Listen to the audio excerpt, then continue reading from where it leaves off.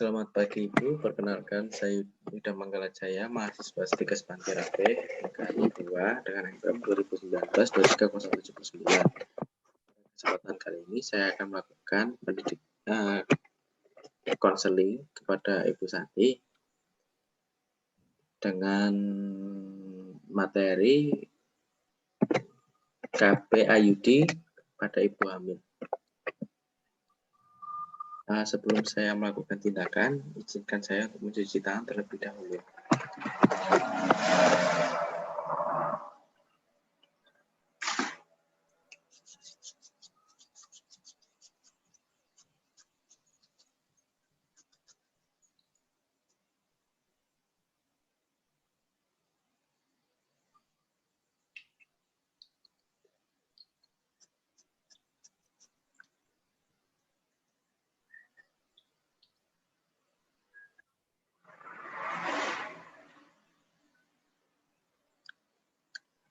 Baik, saya mulai tindakannya. Selamat pagi, Ibu. Ya, pagi. Ketemu lagi dengan saya ya, perawat Yuda. Bisa dibantu, Bu, untuk menyebutkan nama dan tempat tanggal lahir. Oke, baik. Nama saya Santi. Saya lahir di Bekasi, tanggal 15 Mei tahun 1995. Baik, sudah sama ya. Baik, ini pertemuan kedua kita ya, Ibu Santi. Iya. Dari sebelumnya kan kita membahas tentang KB ya. Nah, apakah Ibu Santi sudah memantapkan untuk memilih satu tindakan KB yang akan dilakukan ke depan? Baik, saya dan suami sudah kontrol gitu.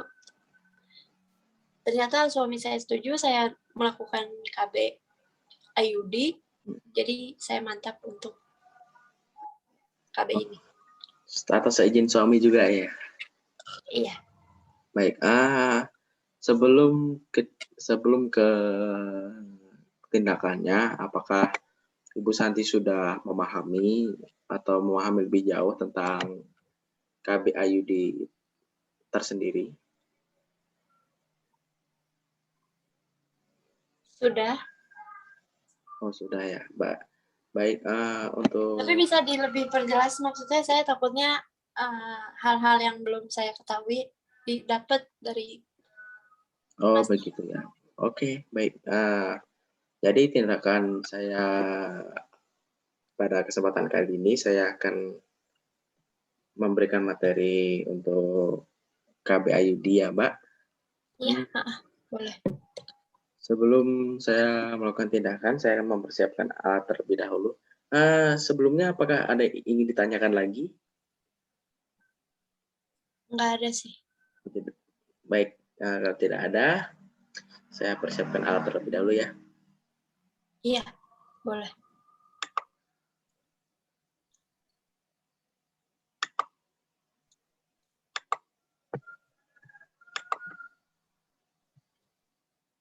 Baik, apakah sudah terlihat? Sudah. Sudah.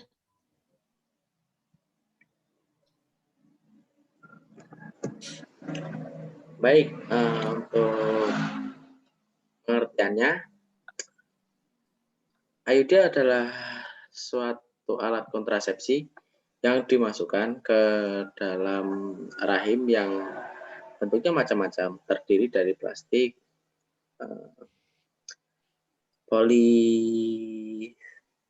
polyethylene, ada yang dililit tembaga, ada pula yang tidak.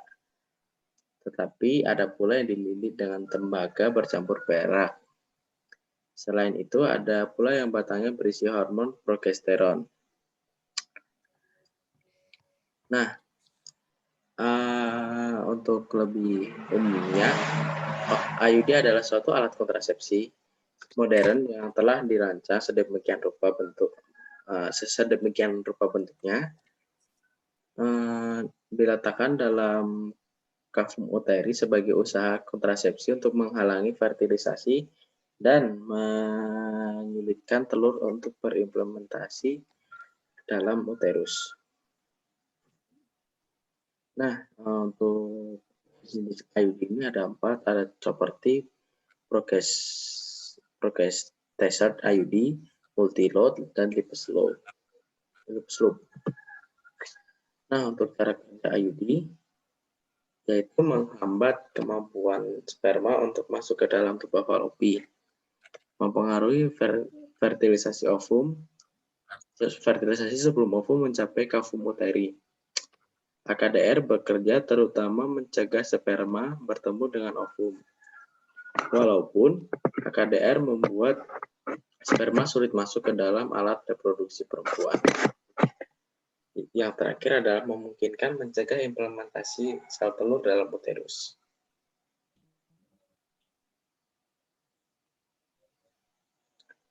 Sebelum lanjut, sebentar saya ada foto untuk gambarannya.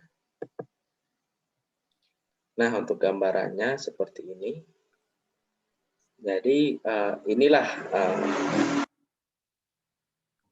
alat IUD tersebut. Jadi ini di kavum uteri, dia menghambat sperma masuk ke dalam supaya tidak terjadi pembuahan di dalam tubuh fallopi. Seperti itu kurang lebih.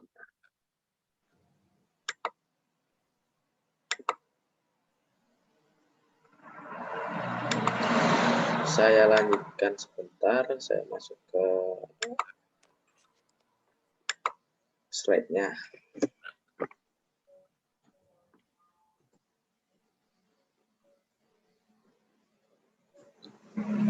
Nah, untuk efektivitas dari IUD ini sangat efektif, yaitu 0,5 dari 1 kehamilan per 100 perempuan selama 1 tahun pertama penggunaan. Untuk presentasenya sangat kecil sekali untuk terjadi kehamilan. Nah, keuntungannya apa sih dari penggunaan IUD ini? Yang pasti sebagai alat kontrasepsi, keuntungannya tinggi untuk AKDR, sangat efektif setelah pemasangan. Jadi bisa untuk fungsinya bisa langsung dirasakan setelah pemasangan. Untuk ini metodenya jangka panjang. Yang keempat adalah sangat efektif karena tidak perlu mengingat-ingat. Jadi kayak misal Mbak Ibu tuh sering ini lupa minum pil KB gitu. Karena ya itu tadi sering lupa. Yang terakhir adalah tidak mempengaruhi dari hubungan seksual. Kelebihannya perubahan siklus haid. Yang kedua, haidnya lebih lama. Yang ketiga, saat haid menjadi lebih sakit. Yang keempat adalah komplikasi.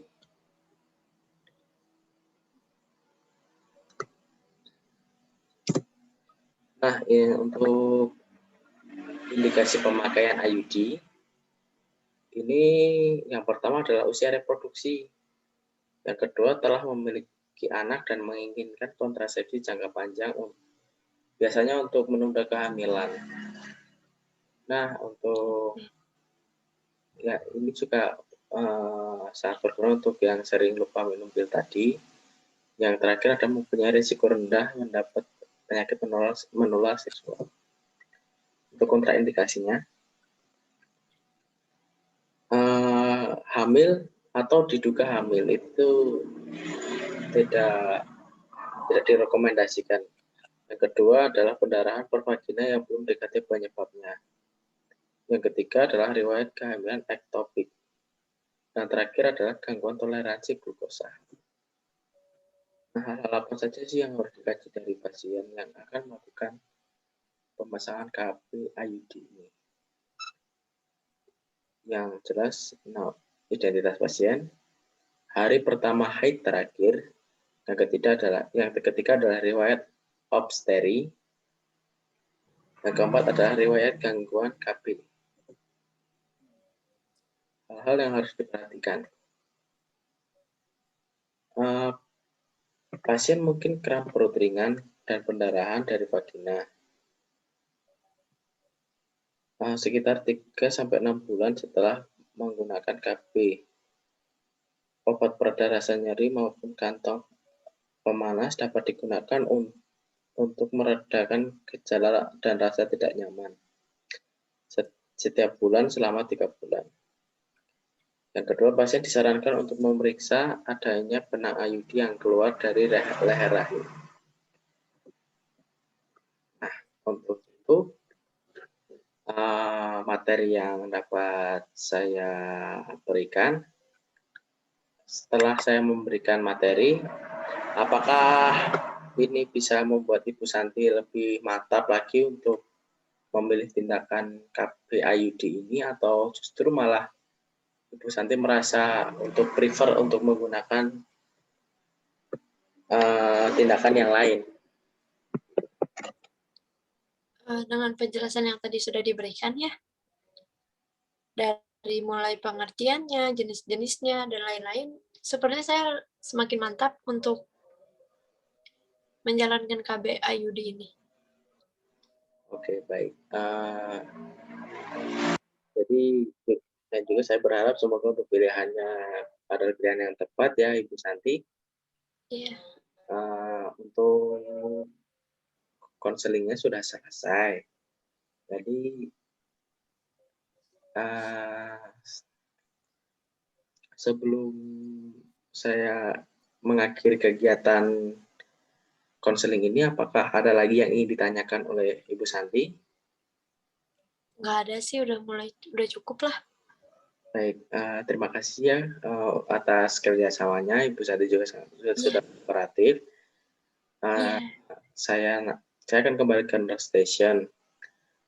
Mungkin nanti saya akan menghubungi Ibu Santi lagi untuk melakukan tindakan pemasangan IUD ini. Nanti akan diberi kabar dari rumah sakit untuk jadwalnya. Baik, saya rasa cukup. Terima kasih atas kerjasamanya. Selamat pagi.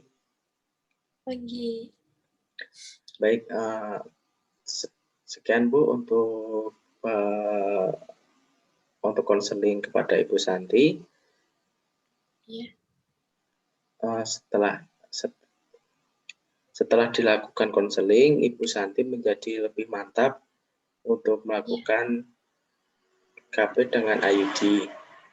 Iya. Yogyakarta 9 Juli tahun 2021. Perawat yang menangani Yuda Manggala Jaya. Iya.